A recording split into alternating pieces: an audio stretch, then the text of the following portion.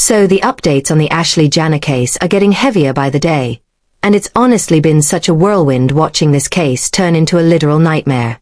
Guys, apparently, there's a long CCTV footage that exists that could solve this case immediately. But according to sources down in Zanzibar, they are not going to be releasing the footage. 1. Because the authorities have allegedly been paid off by who, you ask?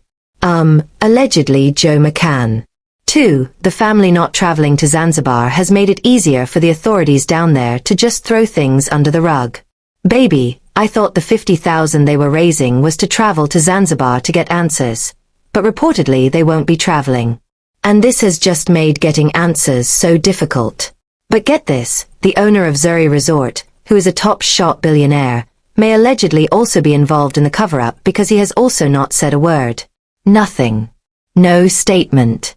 And that is very weird, guys. Somebody doesn't just die in your resort, and you say nothing. Every day this case just gets more complicated. But let's just get right into it.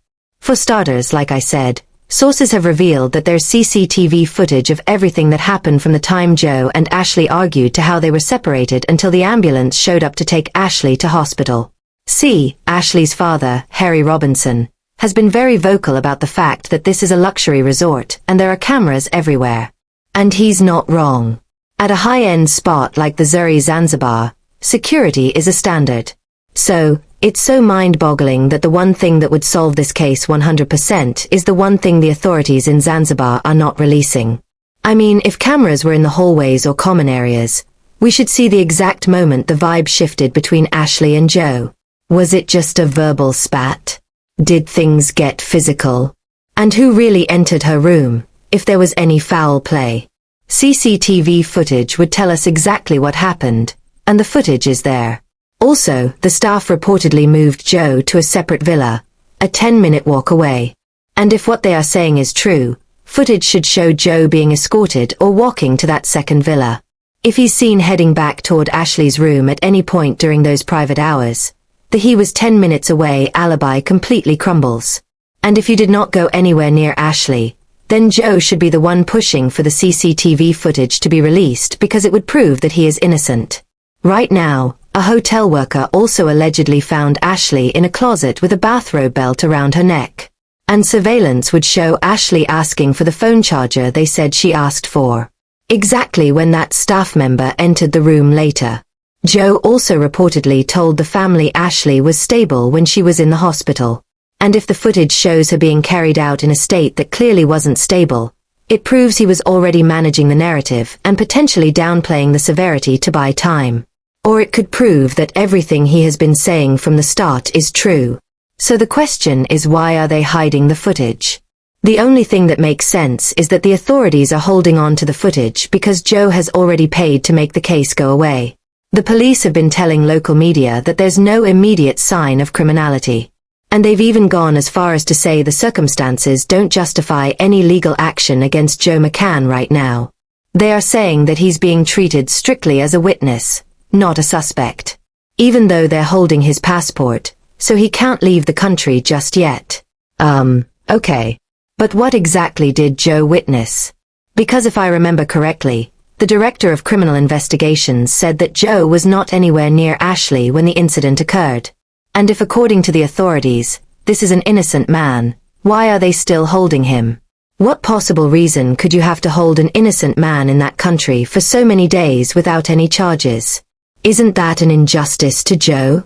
Listen, this is why it's so hard to believe anything the authorities are saying because nothing makes sense. I've even seen people saying they suspect Joe is not even in Zanzibar. I mean, we have not seen him being held anywhere.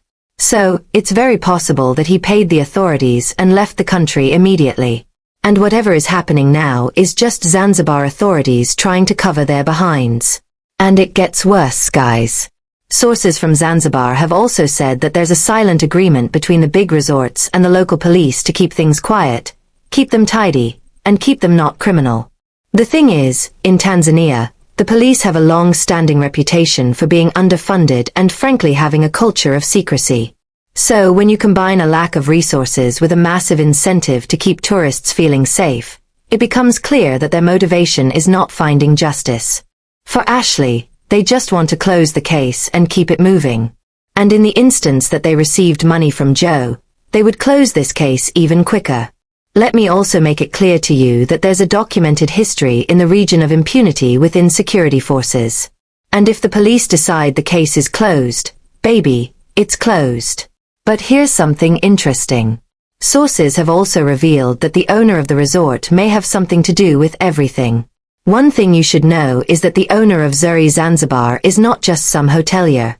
He is a heavy hitter with the kind of influence that makes people very nervous when a scandal breaks out on his property. For context, he is a Czech billionaire investor and philanthropist who is often described as a Renaissance man. But in the business world, he's a massive shark. Now, don't you find it weird that this man hasn't said a word about what happened on his property? Nothing. No acknowledgement, no apology, no statement, literally nothing. I mean, I'm assuming that he would want to assure his guests and potential visitors that his resort is safe and that things are being handled. But this man and his establishment have not said a word about this very high-profile case. Think about it. Zuri Zanzibar is his crown jewel in Africa. It's won all sorts of design awards and is a design hotel's original. And an investigation, especially one involving a high-profile American influencer and a wealthy crypto founder, is bad for the brand. People are speculating that he or his legal team would have every incentive to ensure the narrative stays an unfortunate accident rather than a crime on property. And the authorities would do anything he says. Because in a place like Zanzibar, a billionaire investor isn't just a guest. They are a partner to the government. They provide jobs, infrastructure, and massive tax revenue. And if the owner's team suggests that a long drawn-out trial would be bad for the island's reputation, the local police, who are already underfunded and prone to easy answers, are likely to listen. And unfortunately, guys, the fact that the family did not go to Zanzibar has made the case harder. Now, I understand why the family did not immediately go to Zanzibar when Joe McCann initially called them. It was 11 hours after the incident actually happened, and he reportedly told them she was stable in the hospital.